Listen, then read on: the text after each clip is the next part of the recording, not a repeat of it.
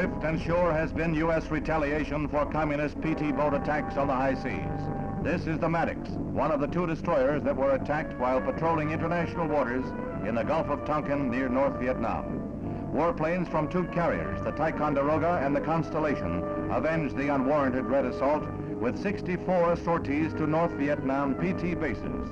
25 boats, more than half the fleet, were destroyed, and North Vietnam oil reserves badly depleted. It is estimated 10% went up in flames after direct hits. The Pentagon said 2 pilots were lost. One was reported to be a prisoner of the Reds. The U.S. sorties were launched for one purpose, as a warning to the communists that unprovoked attacks will bring prompt response. The lights burned all night in the White House as President Johnson conferred with his advisors, and he went before the nation to report on the crisis.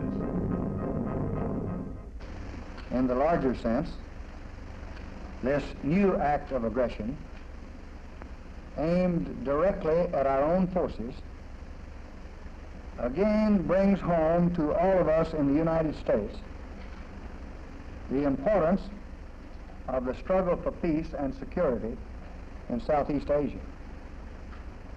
Aggression by terror against the peaceful villagers of South Vietnam has now been joined by open aggression on the high seas against the United States of America.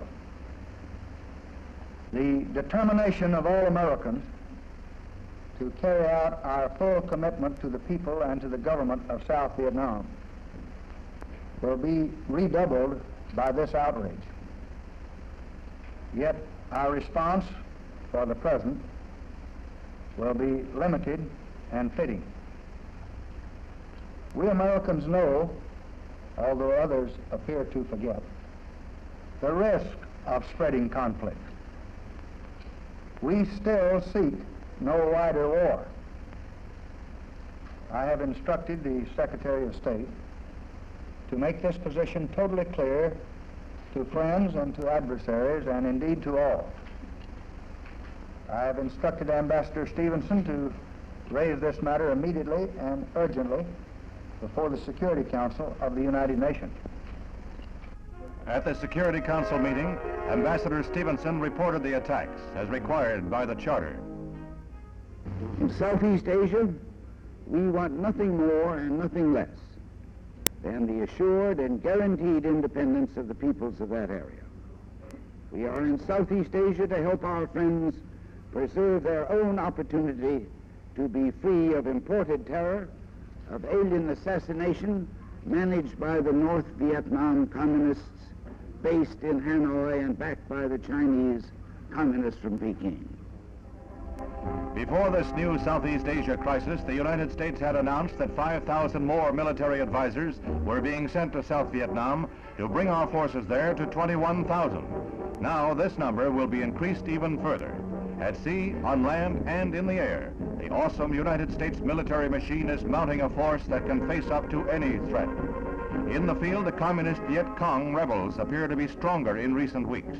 They have made hit-and-run raids within 4 miles of Saigon, center of U.S. and South Vietnam operations.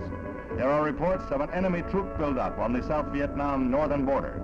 Now it appears that for the first time, there is talk of a South Vietnam drive into North Vietnam.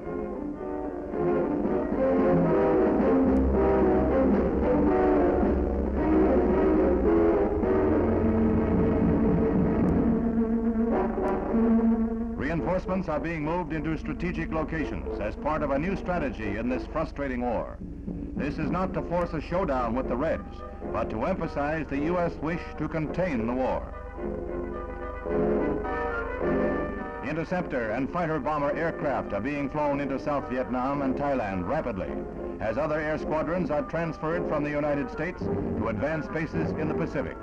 As always, political differences faded in the United States, and leaders of both parties united behind the president to grant him all powers necessary to carry out our commitments to defend world peace.